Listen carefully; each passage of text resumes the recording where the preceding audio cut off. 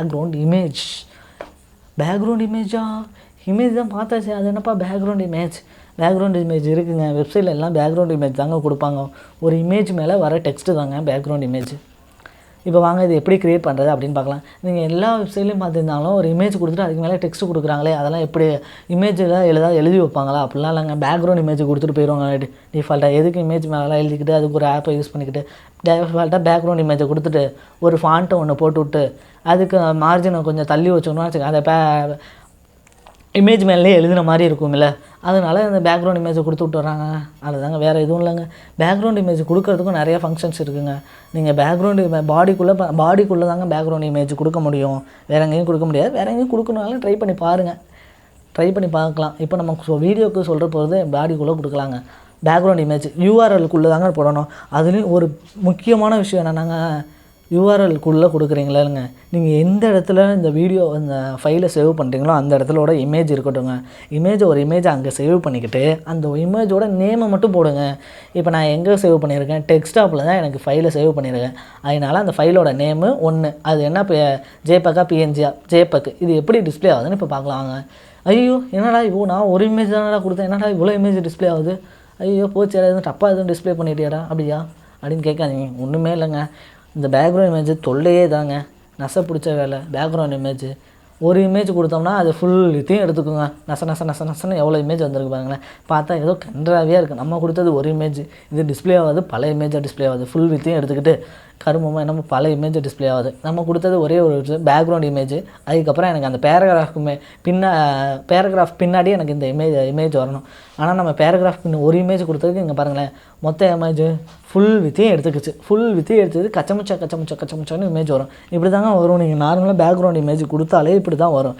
இதுக்கு நீங்கள் என்ன யூஸ் பண்ணணும்னா, பேக்ரவுண்ட் இமேஜ் கொடுத்ததுக்கப்புறம் பேக்ரவுண்ட் இமேஜ் நோ ரிப்பீட்டுன்னு கொடுத்துருங்க. அது எப்படி க்ரியேட் பண்ணுறதுன்னு இப்போ பார்க்கலாங்களேன். இப்போ பாருங்களேன், நம்ம வெறும் பேக்ரவுண்ட் இமேஜ் தானே கொடுத்துருக்கோம். எனக்கு பேக்ரவுண்ட் இமேஜ்லாம் போதுங்க, எனக்கு பேக்ரவுண்ட் இமேஜ் நிறையா வேணாங்க, பார்க்கவே வெறும் கன்றாவியாக இருக்குங்க, எனக்கு பேக்ரவுண்ட் இமேஜ் ஒன்றும் போதுங்க அப்படின்னு சொல்கிறதுக்கு பேக்ரவுண்ட் இமேஜை கொடுத்துட்டு நோ ரிப்பீட்டுன்னு கொடுத்து விட்ருங்க. நோ ரிப்பீட்டுன்னு கொடுத்துட்டிங்களா வச்சுக்கலேன், ஒரு இமேஜ் மட்டும் தாங்க டிஸ்பிளே ஆகும். நீங்கள் எத்தனை இமேஜ் கொடுக்குறீங்களோ ஒரே ஒரு இமேஜ் தாங்க டிஸ்பிளே ஆகும். ஒரு இமேஜ் கொடுத்தா 1 தான் டிஸ்பிளே ஆகும். நீங்கள் 2 கொடுத்தா 2 தான் டிஸ்பிளே ஆகும். அதுக்கு 2 கொடுத்துட்டு ஒரே ஒரு நோ ரிப்பீட்டுன்னு கொடுக்கக்கூடாதுங்க. நீங்கள் எங்கே பாடிக்குள்ளே இமேஜ் போடுறீங்க, யூஆர்எல் போடுறீங்களோ அப்போ அந்த இடத்துல பேக்ரவுண்ட் இமேஜ் நோ ரிப்பீட் அப்படின்னு போட்டு விட்ருங்க. இப்போ நம்ம H1 ஸ்டைல் மாற்றிக்கலாங்க. பார்க்க கருப்பாக ரொம்ப ஒரு மாதிரி தெரியுது, அதுக்கு ஒரு கலர் கொடுத்துருவோமா? என்ன கலர் கொடுக்கலாம்? பிங்க் கொடுத்துருவோம். நான் தான் சொல்லுவேன், மோஸ்ட்லி நான் பிங்க்கு தாங்க கொடுப்பேன், பார்க்க நல்லாயிருக்குங்க. அடுத்து என்ன கொடுப்போம்?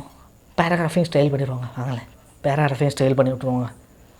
இன்னும் காசாக பணமா? பேராகிராஃபையும் ஸ்டைல் பண்ணி விட்ருவோம். என்ன பண்ணலாம்? கோல்டு கலர், பார்க்கவே தங்க மாதிரி மினுக்கட்டும். போங்க, தங்கம் தான் வாங்க முடியல, இந்த பேராகிராஃபாவது தங்க மாதிரி மினுக்கட்டுமே. நம்ம க்ரியேட் பண்ணுறதாவது தங்க மாட்டியே இருக்கணும். இப்போ வாங்க இது எப்படி டிஸ்பிளே ஆகுதுன்னு பார்க்கணும். டடான்னு ஐயோ என்னடா போச்சு, ஏமாத்திரியாடா, எங்கடா கொடுத்தது ஒன்றும் வரலையே அப்படின்னு நினைக்காதீங்க. ஒன்றுமே இல்லைங்க, ரீஃப்ளெஷ் பண்ணலங்க. காமெடி ரீஃப்ளெஷ் பண்ணாதாங்க வரும். வந்துச்சு பாருங்களேன், நம்ம மேலே கொடுத்தது கலர் பேக்ரவுண்ட் இமேஜ் பின்னாடி இருக்குங்க. அதனால நம்ம டெக்ஸ்ட்டு ஒரு தெரியுது பாருங்களேன், பேக்ரவுண்ட் இமேஜ் ஹெட்டிங் கொடுத்துரும். இந்த கோல்டு கலரில் கொடுத்தா நல்லா பளிச்சுன்னு தெரியுன்னு பார்த்தா கோல்டு கலரில் கொடுத்த பேராகிராஃப் தெரியவே மாட்டேங்குது. நம்ம என்ன கொடுத்தோம், அது ஒன்றா டிஸ்பிளே ஆகுது.